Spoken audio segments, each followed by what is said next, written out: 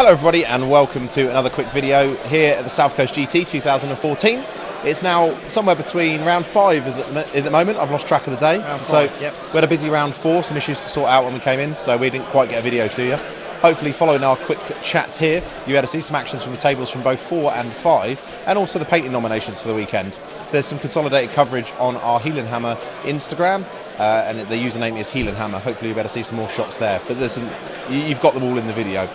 We had a slight issue so far where we basically missed a few armies. There's a couple of armies that we looked at afterwards that the players approached us and said, oh, did you not think my army was good enough? And I think we just missed them in 200, unfortunately, so apologies to those people. Yeah, the problem was that we, when we did the painting scoring, we're looking at the armies in play.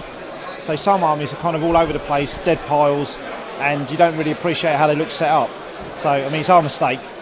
But what we should have done, which we'll do next year, is we'll do the painting scores as they're playing, and then we'll, because the painting scores are really about the minuses rather than the pluses, so that's okay. But then next year we'll get them to set them up at lunchtime, and then we'll go around and see them set up and do the nominations then. So yeah, a bit of a mistake this year, but we're only human. Just a couple of people, so apologies to those people that we missed. I mean, we nominated about 13, 14 armies, didn't we? So it was quite a chunk anyway, and some of them were borderline on whether they would get in, but in hindsight we probably just missed them. So apologies if you are one of those couple of people that are affected. So you'll be able to see the armies coming.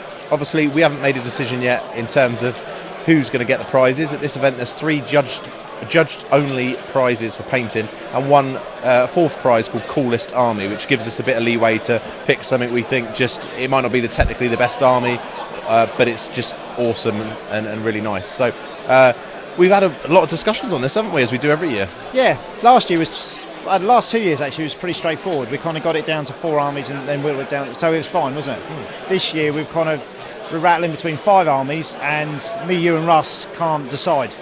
No. So it's getting awkward. We're going to have to make a decision, and it's kind of like at least one of the armies that we all like is going to end up with nothing. Yeah, so, and it's tight, which is odd because we honestly thought going into the event with quite a few of the known painters either not bringing their best stuff or not here, that we weren't sure how it's going to work out. But actually, it's one of the toughest judged ones we had to judge. Because when you've got the top painters arrive at a tournament, obviously the bar goes up. We would have had less nominations because the bar is higher. Yeah, because the bar is, no disrespect to the painters that are here, but because the bar is slightly off that, then it creates a wider band of armies that are in that. So it creates more of a headache for us, whittling that down to 4 choices. Which is part reason why we missed some armies, I think, because of the size of the band we were looking at, and some of them being very, very close to each other. So, but yeah, so that's going to look interesting. A couple of picks for now. This is YouTube, and maybe not going out before the results. Yeah, I really like. What's in there? Yeah. I like Mingley's Bretonians. I love the freehand on them. I think they're really cool. I've said to him maybe he could sort of jazz the bases up a bit. But the actual models themselves, I really, really like those. I like the Orc and Goblin army. Yeah. It's very kind of old school. It's not technically the best painted, but when you look at it as a whole, really cool. There's a Zombie Ogre army here, which that's great as well. Really cool to look at that one. There's Rich Burdett's Empire, which is probably the best technically painted army here. Ben Johnson's Demons. Yeah, that's always in the running. So that's a really nice army. What else is there? What's the others? Trying to think now. I don't know. You'll see them in the video, but I mean, they're some of the names we're discussing quite heavily in terms of prizes at the moment. So, and then there's a couple of others in the mix as well. So there's just we haven't got the info to hand, and also we don't want to tell you because this video may well go out before the results ceremony. But there you go, hot off the press and exclusive to YouTube. There's some of the people that we're certainly considering at the moment. So keep an eye out for those: Bretonians, Demons, Empire, and Orcs and Goblins. So I suppose we should touch on game 4 and 5. What's on the top tables at the minute? You seen? It's quite a mixed bag actually, isn't it? There was Dwarfs were up there for a moment, and I thought, their predictions, I want them to lose, so they did. They went down again, so that's good.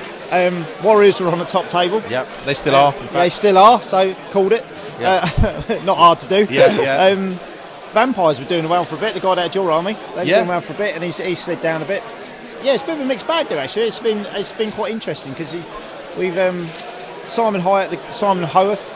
He's doing well. There's a lot of high elf armies doing well, and actually a lot of the high elf guys played each other. So I mean, I know in my pre-show wrap-up I pulled high elves as one of my top 3. I still think there's a very good chance they could pull it in there. The fellow YouTuber and good player from Poland, Furion, lost. He had some dicey combat in the last round, I understand, and ended up losing by a couple of 100 points, which is enough to lose and knock him back down. But our club mate Simon of Hoef and fellow podcast personality is playing the dwarf Polish army that's here at the moment, so we're looking forward to that. I saw half a dwarf unit dead a minute ago from Dwellers, so I want to go and see how that went. Polish guy had his back to us and Simon was facing, so we wanted to just put a big banner up saying Dwellers. Dwellers in.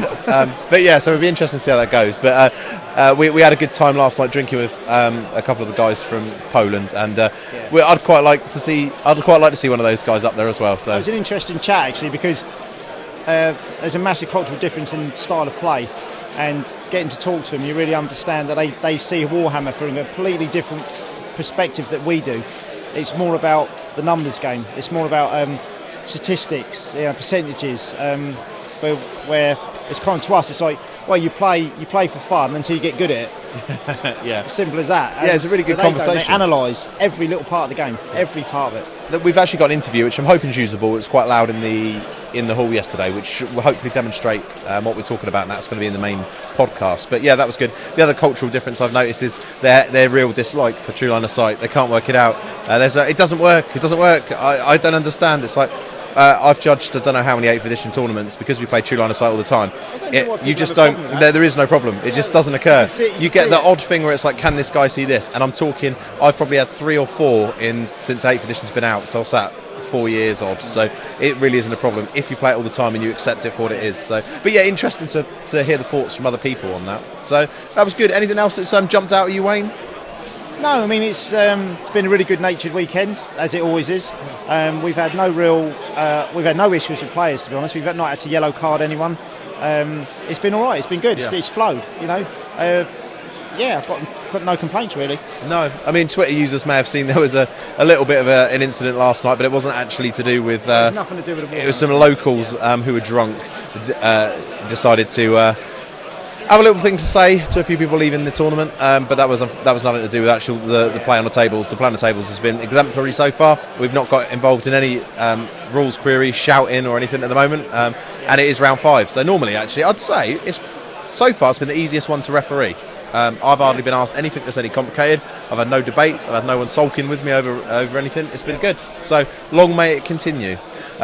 You'll hear from us again in round 6 as our final little look. You might not see another video until later in the week by the time we've done the results and got everything packed away. So hopefully you've enjoyed this. So we'll speak to you during round 6. For now, enjoy all of the armies and feel free to comment, like and subscribe, and of course listen to the podcast. It's www.healinghammer.com. See you soon.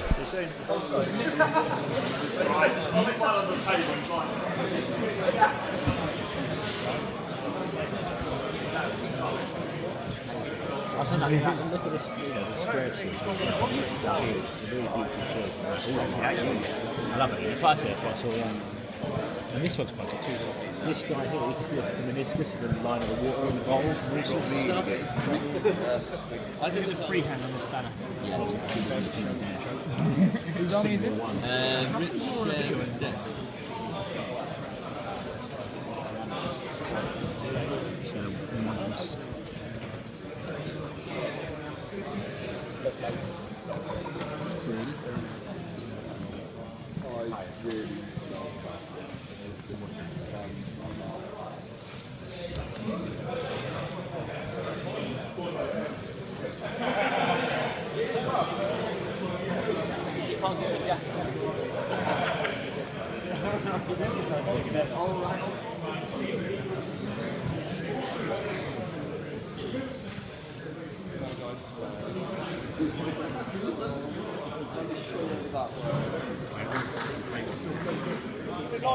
I'm a winner in life. Are they all laid out yet? I'm a winner in life. Are they all laid out yet?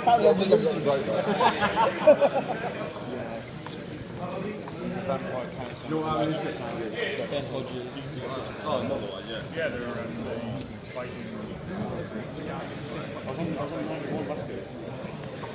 Yeah, it's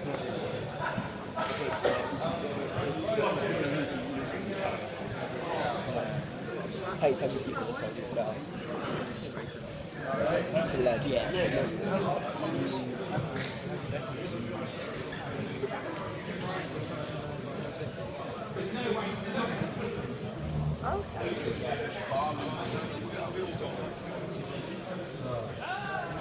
Quite serious about your camera. You know you could just get a decent camera. Yeah, they should have been up there. They should have been up there. It's very hard to see. Yeah. When you actually see going up there, now it's all set up in space. Yeah, you almost ask people if they're going to put themselves up to make sure you look at everyone who's put themselves up. If that makes sense. Japan